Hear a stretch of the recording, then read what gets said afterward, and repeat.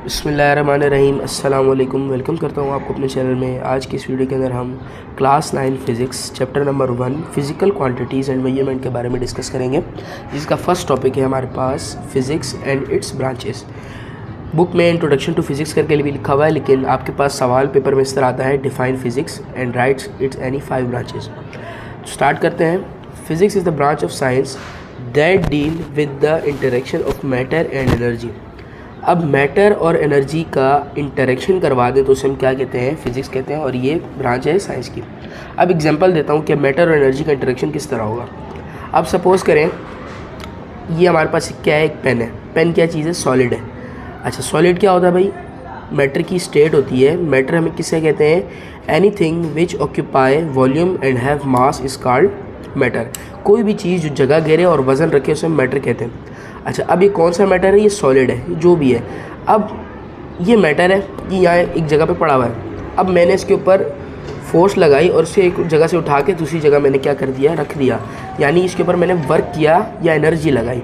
तो इन दोनों का जब इंटरेक्शन हुआ, मैटर का और जो मैंने ऑब्जेक्ट को उठा के यहाँ रखा, यानी मैटर और एनर्जी का इंटरेक्शन हुआ, तो इसी को हम क्या कहते हैं? फिज़िक्स कहते हैं। ठीक है। अच्छा, अब हम आगे चलते हैं इन ब्रांचेस के ऊपर। नंबर 1 ब्रांच हमारे पास क्या है? मैकेनिक्स। मैकेनिक्स क्या है? ये मैकेनिक्स निकला है मोशन से। ठीक है। अब हम किसी भी ऑब्जेक्ट के ऊपर मोशन करा रहे हैं या उसे मूव करवा रहे हैं या उसके ऊपर हम मोशन के लॉज को अप्लाई कर रहे हैं, तो हम ये सब किसके अंदर पढ़ते हैं? मैकेनिक्स के अंदर पढ़ते हैं। दूसरी ब्रांच हमारे पास क्या है? थर्मोडायनामिक्स। कौन सी हमारे पास? थर्मोडायनामिक्स। अब थर्मोडायनामिक्स का जो वर्ड है ना, ये हमारे पास 2 चीज़ों से निकला है। थर्मोडायनामिक्स का जो वर्ड है ये हमारे पास 2 टर्म से निकला है। एक हमारे पास क्या है? थर्मो, एक हमारे पास क्या है? डायनामिक्स। ठीक है। एक मेरे पास क्या है? थर्मो, और एक मेरे पास क्या है? डायनामिक्स। इस थर्मो का क्या मतलब है? Temperature, heat. ठीक है। और डायनामिक्स का मतलब होता है मोशन।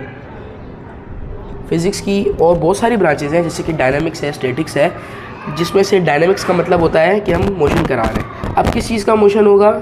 हीट, या आप टेम्परेचर भी कह सकते हो हीट का। अब हीट कैसे मूव करती है? हीट मूव इस तरह करती है कि वो एक बॉडी से दूसरे बॉडी में क्या हो जाती है? ट्रांसफ़र हो जाती है। मिसाल के तौर पे आपने चाय डाली कप में। ठीक है। अब चाय गर्म थी, लेकिन जब आपने उसको कप में डाला तो उसकी चाय की हीट कप में भी ट्रांसफ़र हो गई। तो हीट ने क्या किया? मोशन किया, यानी डायनामिक्स किया। तो इसको हम किसके अंदर पढ़ते हैं? थर्मोडायनामिक्स के अंदर पढ़ते हैं। अच्छा भाई, हमारी नेक्स्ट ब्रांच है इलेक्ट्रिसिटी। अब इलेक्ट्रिसिटी ये वही इलेक्ट्रिसिटी है जो हमारे घर के अंदर बिजली की सूरत में आती है। अब लेकिन इसके अंदर हम ये नहीं पढ़ते, हम इसमें पढ़ते हैं कि जैसे एक चार्ज है। चार्ज क्या चीज़ होती है? चार्ज को हम क्यू से डिनोट करते हैं, और यही एक वो वाहिद चीज़ है जो कि आपकी वायर्स के अंदर सर्कुलेट करता है या मूव करता है, जिसके थ्रू इलेक्ट्रिसिटी जनरेट होती है। अच्छा, अब ये चार्ज या तो मोशन में है या तो ये रेस्ट में है, जिस भी पोजीशन में है। ये इसकी प्रॉपर्टीज़ क्या है, या तो इसका स्ट्रक्चर क्या है, सब मतलब चार्ज की जितनी भी प्रॉपर्टीज़ हैं टोटल ओवरऑल, इसको हम किसके अंदर पढ़ते हैं? इलेक्ट्रिसिटी के अंदर पढ़ते हैं। ठीक है। तो इसे हम यूँ भी लिख सकते हैं, electricity is the study of properties of charge, either it is in rest और इट इज़ इन मोशन। ठीक है, सिंपल। अगली ब्रांच हमारे पास क्या है? Magnetism. Deal with the study of material acquires magnetic property, यानी हम इनके अंदर उन मटेरियल्स के बारे में पढ़ेंगे जिनके अंदर मैग्नेटिक प्रॉपर्टी पाई जाती है। मिसाल के तौर पे हमारे पास ये मैग्नेट है, ये मैग्नेट का साउथ पोल है और ये नॉर्थ पोल है। अब इसके सामने मैं क्या करता हूँ? एक मेटल ला के रख देता हूँ। ठीक है। अब मेटल का ये साउथ पोल है और ये नॉर्थ पोल है। अब अगर इसको मैं यूँ मिलाने की कोशिश करूँगा तो ये चिपक जाएगा। क्यों चिपक जाएगा भाई? क्योंकि मैग्नेट है, मैग्नेट जो है मेटल को अट्रैक्ट करता है। लेकिन अगर इस मेटल को मैं इस तरह के बजाय ऐसे रख दूँ, इस तरह रख दूँ, तब ये अट्रैक्ट होने के बजाय रिपेल होगा। क्यों रिपेल होगा? क्योंकि ये भी साउथ पोल है मेटल का और ये साउथ पोल है मैग्नेट का। तो साउथ आपस में क्या होते हैं? Same pole repel each other. ठीक है। तो ये इस सूरत में रिपेल होगा। लेकिन अगर इसे मैं इस अपोजिट साइड पे रखता हूँ तो ये क्या होगा? अट्रैक्ट होगा। मतलब जितनी भी प्रॉपर्टीज़ हैं मेटल मैग्नेट की, इसको हम किसके अंदर पढ़ते हैं? मैग्नेटिज्म के अंदर पढ़ते हैं। नेक्स्ट हमारे पास जो ब्रांच है, ब्रांच नंबर 5, एटॉमिक फ़िज़िक्स। ठीक है। अब सपोज़ करें कोई भी आप एलिमेंट ले लें, जैसे कि हमारे पास एलिमेंट नंबर है कार्बन। ठीक है। कार्बन है। अच्छा, अब इसका अगर मैं एटम बनाता हूँ, अच्छा एटम के दो पार्ट होते हैं, एक होता है न्यूक्लियस और एक होता है शेल। ठीक है, न्यूक्लियस सेंटर पार्ट को कहते हैं, उसको मैं एन लिख देता हूँ, और जो इसके अराउंड जो सर्कुलर पाथ है उसे मैं क्या कहूँगा, शेल कहूँगा।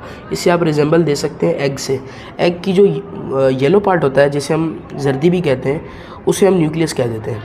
अगर मैं इसको कंपेयर करूं एक एटम से, उसको हम क्या बोल देते हैं, न्यूक्लियस बोल देते हैं। और एग का जो छिलका है, वाइट कलर का पार्ट है, उसे मैं शेल बोल देता हूँ। ठीक है, अब वापस आते हैं एटम के ऊपर।